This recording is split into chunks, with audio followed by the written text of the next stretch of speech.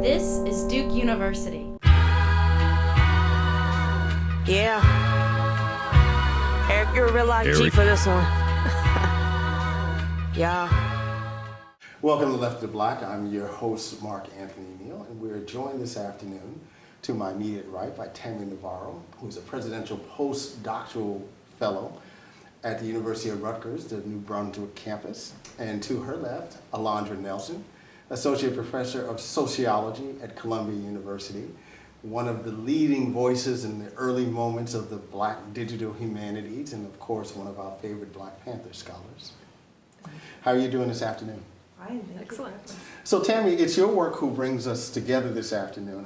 You co-wrote a piece with Bianca Williams, Attiya, Ahmed, all Duke PhDs, all women of color, called Sitting at the Kitchen Table, Fieldnotes from Women of Color in Anthropology, which is kind of an interesting kind of snapshot of the experiences that you have had as anthropologists, as women working in social sciences and sciences, that really kind of connects to a larger narrative that we've seen historically about the experiences, particularly of Black women in the academy, both in terms of the institutions, in departments, in the classroom. Share a little bit with the audience about some of the findings of the piece. Absolutely. So I should say we were all trained together at Duke in anthropology, and part of the way that this article came about is we would have conversations post-grad school in our new positions as either assistant professors or postdoctoral fellows and talk about some of the difficulties that we were having. And in the conversations, they felt like individual challenges, individual failings, even in the classroom. So encounters with students, administrators, places where we felt we hadn't asserted our authority or our authority hadn't been acknowledged in the classroom as professors. And part of that was a feeling of being a newly minted PhD, and we were kind of finding our way in the classroom. But as we sort of went along, we realized that there was really some structural similarities there. And so we had been trained and read all this literature about our foremothers in anthropology and social sciences, and we took great classes in African American studies at Duke. And we knew about the paths that were really cleared for us. We knew about being the first Black woman in a department and some of the more kinds of overt instances of racism and sexism. And so we were really surprised, and I think maybe even naively so, we were surprised at some of the difficulties that we encountered in the classroom, things like having students not respect our authority, being called by our first names, having to sort of behave in ways that we didn't expect that we would have to.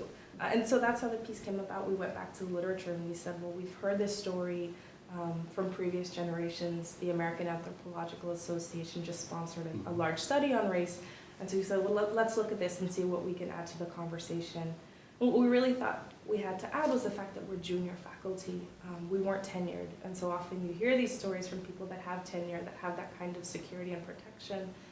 And we wanted to be what we had been for each other, for a larger community. We wanted to be allies, and we wanted to be advocates and say that these are structural similarities, these are structural inequalities that continue to exist. And so the piece is really, is for a general anthropological audience, but our intent really was to be advocates for people that are just coming out of grad school or in junior positions, to say, this happened to us, this continues to be the case in anthropology, in particular in academia more broadly, for scholars of color, and particularly women of color. Alondra, you're kind of on the other side of this, right? You're tenured faculty. I'm not tenured. You're I'm promoted. soon to be tenured, Soon yes. to be I hope, and touch wood.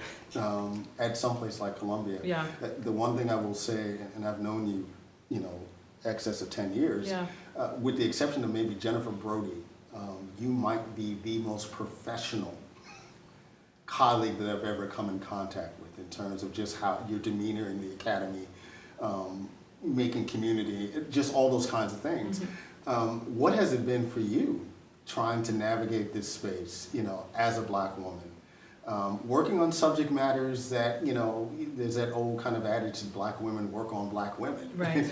That's not been the work that you do. Right. How has it been for you navigating through institutions like Yale and then now someone like Columbia? Yeah, I guess the one thing I didn't expect, I think that's resonant with what you're saying, is that I never expected to be a first. I mean, when you start doing something in 2002, when I started at Yale, or you feel like the narrative of sort of progress about what our foremothers and forefathers had gone through as scholars of color in the academy is such that we think that all of the firsts have been accomplished, right? And so, but at Yale, I was the first Black woman on the sociology department faculty in 2002, which is quite astonishing.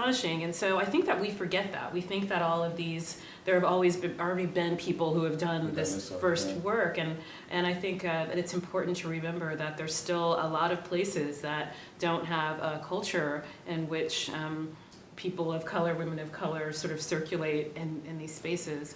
I think, for me, how has it been? I mean, it's been, I'm glad to be in the company of Jennifer Brody always.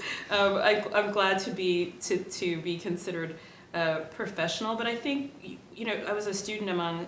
I've had great teachers in graduate school, and Tricia Rose was one of my teachers. And one of the things that Tricia said to me, probably as a second-year graduate student, is that this is your job, this is not you, and this is not your life. And so, in part, being professional is because this is the space where you are, this is not my family, this is not, these are, and I have sort of, familial and close relationships with people like you, but that's, not because of the academy, it's because I would have we would have had that relationship anyways. So, but it's been difficult. I mean, in part, in the same ways that you suggest about the sort of questioning of authority, people often ask me, there are quite a few adjuncts at Columbia, so the people always assume I'm an adjunct. They never assume I'm actually on the, tenure track at the Faculty of Arts and Sciences.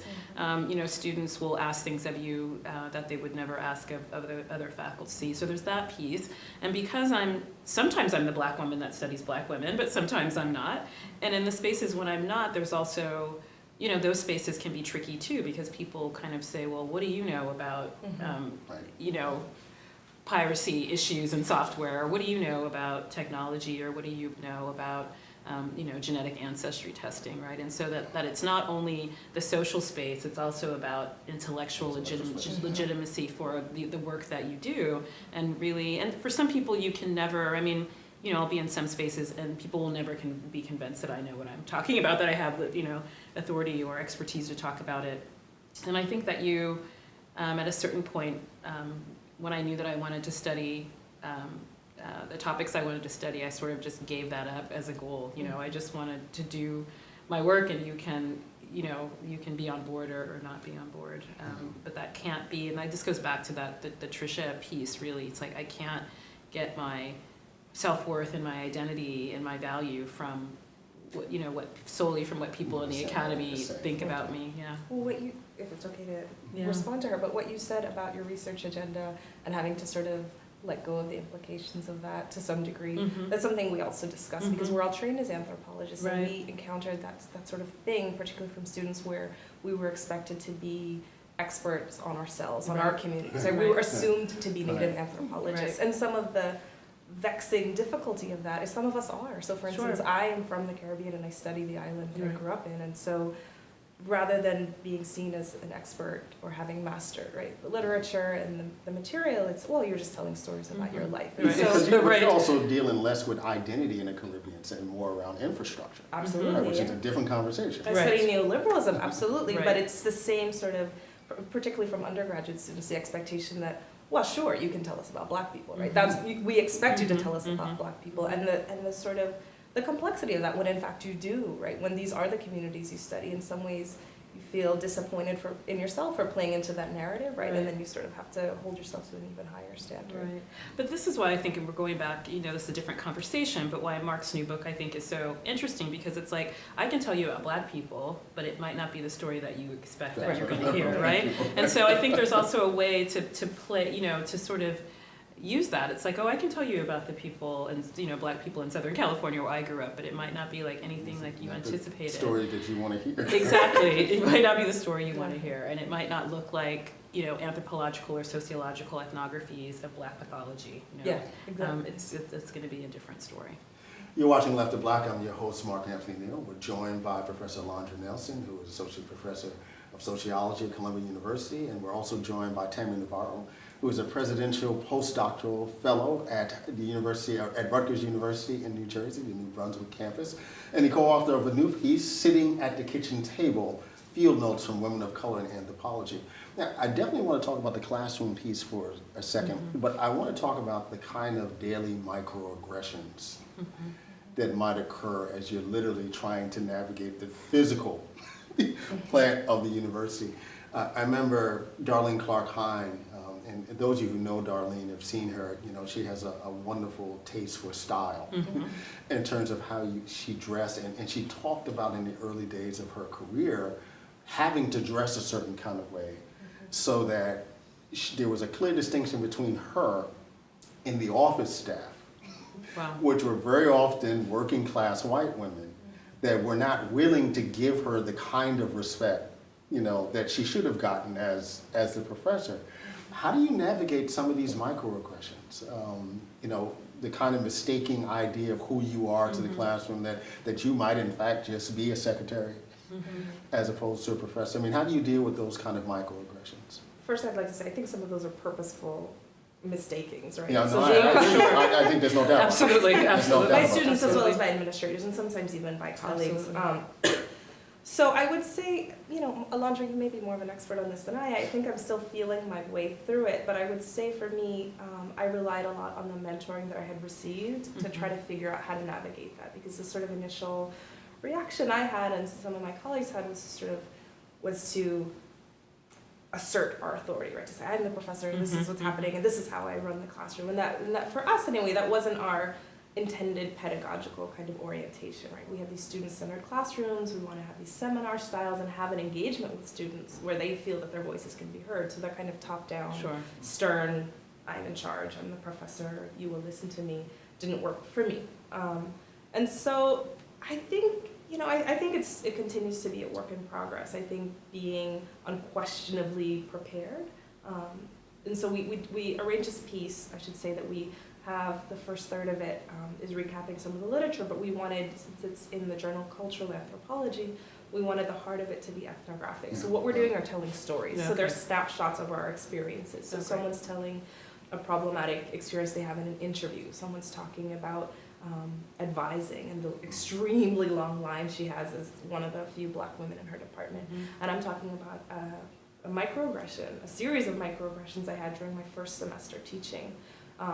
And the way that I tried to handle it, and I don't know if it was successful, which is a difficult story to tell, I just made sure that I was absolutely prepared for every possible question and every possible counterattack that would come at me. But I think it's something that I continue to sort of struggle with and try to make my way through. And I think that, you know, the preoccupation with being prepared, right, is a manifestation of the microaggression, right? I mean, you know, everyone wants to be prepared for classrooms, particularly when you're just starting out teaching. But the sort of sense that you have to be, you know, sort of hyper prepared, particularly if you're teaching at a Research One university, when in fact you're not supposed to spend all of your time preparing for teaching. You're supposed to be doing research, right? And so what the microaggression does, played out, potentially, is sort of make us hyper prepare, use time and energy best spent on our own, that should be spent otherwise if you're going to get tenure, right? If you're going to stay at this R1 university.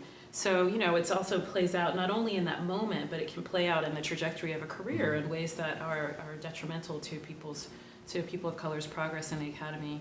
I think for me, the comportment in the classroom is always very telling. So I think it's often the case that students, and they can be all genders, all hues, who don't have, and I think that's important to say as well, who don't have, you know, respect for my authority or respect for my expertise in the classroom, go out of their way to be preoccupied, right? To sort of not be engaged in the conversation, to sort of slouch in their chairs, to be clearly, you know, surfing the web or these sorts of things in the classroom. And I think when I was first starting out in my first tenure track job in 2002 and 2003, I went out of my way to be the authority figure in that, but it very much went against the way that I thought classrooms should run. And I think I just, at one point I just gave up. I mean, not in a fatalistic way, but just and I feel this way now about computers in the classroom. I just kind of am like, you know, you can pay attention or you cannot pay attention. You can be taking notes or you can be on Facebook, and I can't control that, and I don't want to be a police officer in the classroom. And so that allowed me to, when I gave up the authority, the cop role in the classroom, I think it allowed me also to not be so invested in having confrontations with, the slouchy guy who's showing in the way that he's holding his body in the classroom, that he utterly disrespects me Right. and the intellectual content of the class, and his colleagues and his peers. Let's stay with the classroom piece for a second, because it's not as if these kind of interactions are not insignificant. You've seen your own course evaluations. You've heard so many stories about course evaluations and the kind of things that students feel comfortable to write in course evaluations about women professors in general, Black women in particular. How do you continue to find your power, for lack of a better way to describe it, in the classroom, always knowing, right, that how you're being potentially read, right? And in so many different levels, right? It's questions about what you wore in a given day. It's questions about your hair. That things that ultimately have nothing to do with your intellectual capabilities or even your teaching, but all this other stuff, right? And meanwhile, our white male colleagues can come in with the same suit that they wore. Or jeans. or Which I would never teach in. That made me think about some jeans, but anyway. How do you find your power in the classroom in that context? Yeah, and I think just for contextualization, I should say that student evaluations are increasingly important in the current moment, right? With this corporatization of the academy. And this is the thing, right? No one gets tenure because you're a great teacher, right? But not being a good teacher is always the excuse, right, for you not to get tenure, right? And so it continues to be difficult. One of the first reviews I got, I do a mid-semester evaluation, and it's course content, where can we improve, where could we sort of change tack, what would you like more of? That's your choice? Yeah, because I like to check in with the students and sort of say, okay, well, is it too heavy on the theory? Would you like more ethnography? Do you feel that we should do lecture? Again, that my pedagogical orientation is to have students involved, right? I don't want you sitting there bored, feeling the need to be on Facebook, even though they do regardless. And so it was really frustrating for me when one of the first ones I looked at was, what you could do to improve the class is smile more. Oh, wow. It's difficult and it's frustrating, and it's a kind of sexism that it's hard to put a finger on, that a student wouldn't say that to your face or in your office hours, but in the sort of structure of an anonymous evaluation, they're comfortable saying that. And so you ask about finding your power, but it's in those sorts of moments where I felt most undermined, right? Where I feel that I have a rapport with the student and you don't know who said it, and you don't know if that's the general vibe of the entire classroom. But you can feel, I feel it in those moments, right? The sort of sexism, the racism, I feel it in those moments when you have the protection of anonymity, and those are the kinds of comments that you receive. Alondra mentioned that, Trisha Rose mentioned to her in her graduate career about making the separation between who you are in the classroom or in the yard and who you are in the world. What have been some of the strategies you've used, Tami? Oh goodness, I live far away from my campus. That's one of them. I have a separate life, and I've also worked to limit the students that I work with. So the students that I work with get my full attention. At this point, I've advised 2 theses, and I make sure to engage with the students that either formally or informally I have a relationship with. But I find that having, again, being one of the few Black women at some of the institutions I've worked at, it can be difficult, and it can be a huge demand on your time to have casual conversations about personal matters, about things having to do with class, things not having to do with class. So I find that limiting some of that has been really helpful for me to get my research done, right, so that I can progress through the kinds of channels that we need to. Has it been difficult finding colleagues of color, women of color, and even some men of color in this context, to be useful as allies in this regard? I mean, I know personally of lots of stories of Black women who just literally leave the academy because it's this feeling of isolation that they have, and that even when they might find some senior colleagues who they might think would be helpful, it tends not to be the case. So what have your experiences been around, for the both of you, around those kinds of issues? I think I've been extraordinarily lucky, but I know my experience is not the norm experience in the least. And so, because my first job at Yale was in African American Studies, I had, senior colleagues like Elizabeth Alexander and Hazel Carby, and so I just have been, both in my graduate training and then places, now my colleagues at Columbia are, Saidiya Hartman and Farrah Griffin and these sorts of people. And so, the power in the classroom when you're in these spaces is, you can have colleagues who you have coffee with, you can have colleagues who you have writing groups with, as I did with Kelly Jones and Elizabeth Alexander when I was finishing the Black Panther book. I mean, and so your power is coming from somewhere else, right? And it's not about the classroom space per se. It comes from a place that's far, I think, sort of deeper and has a lot more kind of breadth and depth to it. And so you bring that into the classroom because that's just who you are, you're able to sort of create yourself in these other spaces. I think that, it's hard to be at institutions where you're, one of a few or one, and to sort of find allies. And I think that we need to, that some allies look like us and some allies don't. And I've had, great mentors like Andrew Ross, who's a white heterosexual man, from Scotland.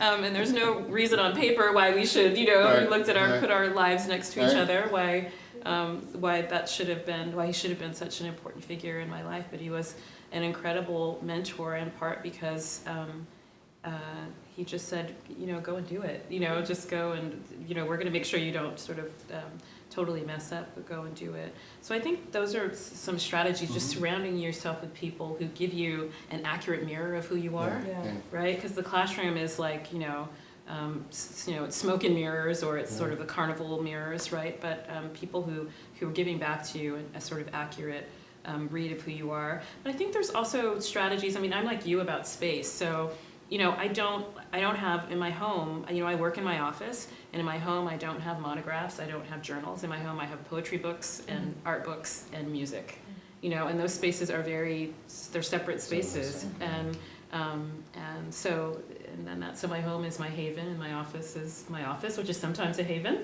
and sometimes not. But I think even just creating that structural, material division of space and what that can mean psychically, I think is important, even just small things like that. And for me, the network that I've created has been invaluable, and the key has really been to be proactive. So maybe the people that I call immediately or email immediately when good news or bad news comes in are not at my institution, or maybe they're not even within my discipline, right? But actively seeking out people, if it's at conferences, if it's through a foundation or a network, and fighting to retain that network. Right? So making sure you stay in contact with them and realizing that you're building your own community, particularly as a junior scholar, right? So looking beyond your department or even your institution and holding on to people that you really feel that you can professionally identify with, both people on your level and above.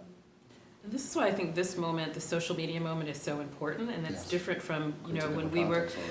Right. I mean, so one of my writing groups at one point, one of us was at the University of British Columbia. One of them was on leave in Italy, right? And there's 4 of us, and we did our writing groups on Skype. I mean, to be able to hold that network together against all of those odds, particularly as we were all pretty much finishing our first monographs, was invaluable. And I think, for all of the sort of the knocks and the jokes about Black Twitter, I mean, what that has meant for me intellectually, and I think for a lot of scholars, both advanced, farther along than me, and certainly junior scholars, creating a national and international network of scholars. I mean, talk about bringing that power into the classroom. And I think, to the extent that feeling agency in the classroom and in the workplace is about having, as I said, accurate mirrors. I mean, that Black Twitter, part of what that offers is accurate mirrors of yourself that all around you, right, that you can use in the world. We've been joined this afternoon by Dr. Alondra Nelson, who's professor of sociology at Columbia University. We've also been joined by Dr. Tami Navarro, who's a presidential postdoctoral fellow at Rutgers University in New Brunswick and the co-author of a new study with Bianca Williams and Attiya Ahmed, Sitting at the Kitchen Table, Fieldnotes from Women of Color in Anthropology. Yeah. Eric, you're a real life G for this one. Yeah. All black everything. All black, All black in the name of all my black heroes. All black everything. All black polos. All black medallions, yeah. All black, say. All black everything. All black, All black in the name of all my black heroes. All